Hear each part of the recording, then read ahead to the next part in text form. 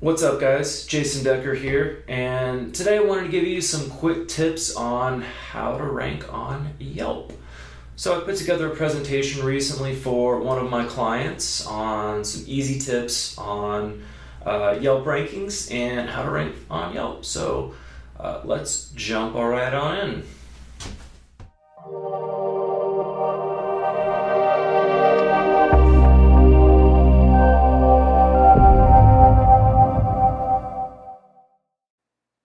Everyone's familiar with Yelp. For some businesses, it can be really valuable, and ranking higher within the Yelp search engine could be thousands or hundreds of thousands of dollars. I do think it is something that's on the decline. Google My Business is taking a lot away from it, as well as Facebook, but there's definitely still some value there. That being said, everything I'm going over today are recommendations for free, helping you to rank higher in their system without doing any of their paid advertising. And that's because their paid advertising system is, they're just kind of bad people. They've been publicized in like New York Times and some other things about just kind of their really deceptive and really aggressive sales tactics towards local business owners, which is who they make all their money off of. So I've heard about it, I've read about it, and I've seen it with my clients that were ranking like number 2 for their industry in Yelp. And then all of a sudden, they stopped. They were doing a paid advertising plan. They stopped doing this advertising plan with Yelp, and they dropped to like page 3. And Yelp will even tell you that if you stop, we will drop you, and they will do it.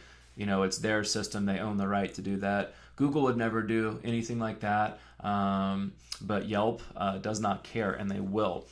So that being said, never, ever, under any circumstance, pay for any kind of Yelp advertising. You're just going to end up in their system. Just use the free tools, fly under the radar, and never pay them any money. Okay, that being said, let's jump on in. Cool, so I've broken this down into really 2 parts. One is your top ranking factors for Yelp, and 2 is really top optimization strategies. And I did that because not all of these ranking factors you can really have some impact on. Like, for example, you really can't impact your business name, and if you've got a keyword in your city you're located in, that's going to be really beneficial, but there's really not much you can do after that, after you've already got a live business. So really the top thing is just the existence of reviews. So if you don't have any reviews on your Yelp, you're almost certainly not going to show up unless you're in a really small town or in a really small field. So almost any business that has a review ranks above businesses that do not have any. Really just having more reviews will be beneficial. So your keyword relevance of reviews, and what that means is that are people mentioning your product, your service, where you're located in any of your reviews? And that's a little hard to dictate, especially where Yelp really doesn't like you asking for reviews. In fact, they've been known to punish people for that as well. Sometimes they'll add like a box, like a little note on someone's actual profile, and it'll say this person has been caught asking for reviews, paying people for reviews, stuff like that. So you really got to be careful with them. They're kind of crazy about how strict on a lot of this stuff are. They find out you like ask and send a link to someone to your Yelp, they've been known to drop you in their system, drop your star rating. I mean, they can just kind of do whatever they want, and they don't really seem to have any set rules. It's kind of as they feel. So got to be really careful with them.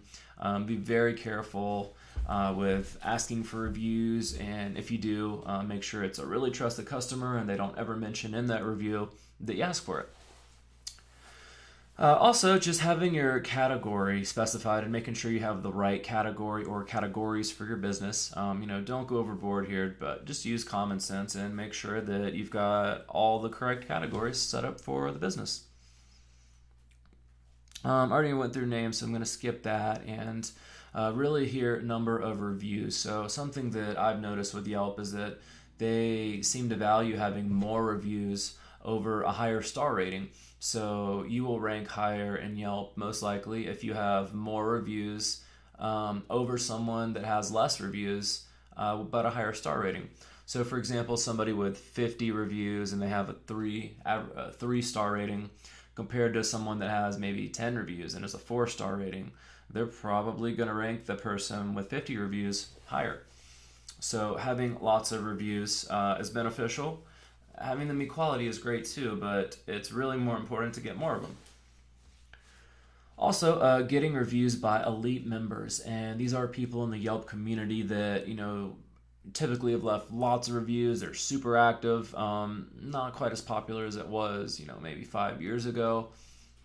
But if you're able to get one of these that really seems to have some weight in their system, so people that typically have left lots and lots of reviews, and they might have to go under some process from Yelp to be a verified elite member. I don't know exactly how that is. I do know that just having an elite member review your site, either your restaurant, and leave a review, stuff like that, can really move the dial. So if you're somehow able to track one down and get them to leave you a review, or if they just do that naturally, it's definitely going to help. Also, check-ins via smartphone. So it's definitely something great that if people do that, it's going to help move the dial also. And also, for them to leave a check-in, they have to be on your business's property and in the system. So that's just getting them on, on your on-site anyway, which is one of the biggest challenges for local businesses. Okay, so top optimization opportunities. So these are things that you can actually do and impact for the most part. So I'm going to run through some visuals on some of these. So I will go over these briefly and jump in a little bit more detail. So optimizing your specialties box inside the Yelp business portal, definitely something that offers value, probably the top thing here that you can do. Asking reviews from your Yelp customers, but be really, really careful about it. I might say, ask a customer, do you have a Yelp profile? And if they say yes, then maybe ask them to leave your review. And if you have a good enough relationship with them, maybe ask them to be sure and don't comment that I asked you to do this, or they're going to punish my business. If you're not sure about someone, I would just skip this altogether and tell them to go to Google. So also just creating a check-in offer, get into that in just a second, but as mentioned, a great way to get people on site, and they can only get these offers if they come to your business. Also, creating a business history on here, really easy stuff to do that can just fill out your profile and get more information. Adding video and adding photos or other things that can also really increase your engagement, get people interacting with your profile, stuff like that. Okay, so if you have not, for your business or your client's business, if you don't have access to the business profile, meaning you haven't claimed it, definitely that's the first thing to do here. So really important to make sure you have access to this stuff, or people are able to go in and change your information for you kind of as they see fit. Very easy to go in and change a Yelp profile from just a personal account. It's really easy to be spammy and malicious here, so make sure that you own your business's account. And as you log into the system, it'll go from left to right on your screen here. So you'll see this, that's don't forget to complete your business page, and it says you're 5 times more likely to receive customer leads, which honestly, that's probably right. Just having a more robust page, more pictures, more information, it's only good. And definitely this specialties box here, if there's one thing out of this whole presentation you take on and actually implement, it should probably be this specialties box. So from what I've seen, you can pretty much add as much text in here as you want. I haven't seen any kind of limits, so I would get as many keywords in here as you can. You might even be able to just cut and paste a page from your website, an About Us type page, something like that. But yeah, definitely get your location, your keywords in here. Don't go crazy, don't be too spammy, but you got a lot of flexibility here, and definitely take advantage of this. Also, so I definitely recommend adding your business history as well. It's only going to help you. It only takes a minute, and especially if you've been around a long time, it's just going to make you seem like a more solid and trusted member of the community. So adding this stuff on can only take a couple minutes. Certainly can't hurt you, and is only going to help. So don't be lazy and do this stuff. So yeah, adding a check-in offer is a really cool way.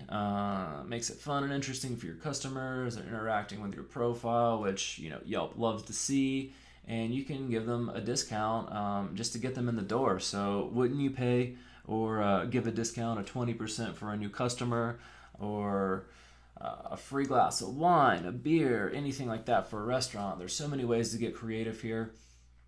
If your client or yourself are in the medical field or dental or something like that, or legal, there might be some legal restrictions that you need to look into before you do something like this. But most businesses are going to have a lot of ways to get really creative here and make some really cool offers to get people in the door. And this also has an impact on your search results, so really easy stuff to do. So I saw this in one of my franchise clients, so it might not be something that you specifically see here if you're just working on a single one location business. But really what they're trying to get you to do here is pick up the phone, talk to their sales team, which is just going to try to sell you stuff, and you will never hear the end of it if you pick up that phone and call them. So like I said before, don't ever pay them any money, ever. And if you see this box, then don't bother to further optimize your page under the business profile. You can still add photos and videos and that kind of stuff, but at this point you can skip that specialties and history box. So yeah, just skip this if you see this box. So really strange thing here is that you can actually only add videos and you can only view them on your mobile device. So I think that really just shows how many people are using Yelp, that it's a lot more popular on mobile devices than it is on desktops. But if you have videos for your business, definitely go and upload them. It's only going to help increase engagement on your page, and give more information to potential customers to get them in the door. Cool. So also just, uploading photos, make sure you've got up-to-date photos for your business. I mean, this is really simple stuff, guys. You definitely want to have a picture of the front of your business, especially if you're in some kind of shopping center or a weird area, maybe even offering a picture that shows directions in here, just so people can find your location. If people are trying to come to your business and they drive around and they can't find a place to park, or they're not able to find it, they're going to be really frustrated, and that's not a good way to make your first impression with a new customer. So easy stuff to do here. Photos you can see on desktop or mobile or whatever. So definitely something that you should do. Keep up to date and add them as often as you can. Cool. So yeah, that's the ranking factors for 2017. So I really hope that this was valuable for you. I'm going to put this in the description and make it downloadable so you can use this as you see fit. Go ahead. I'm totally cool with that. And if this was value for you, please like this video and subscribe to my channel for more digital marketing tips and tricks.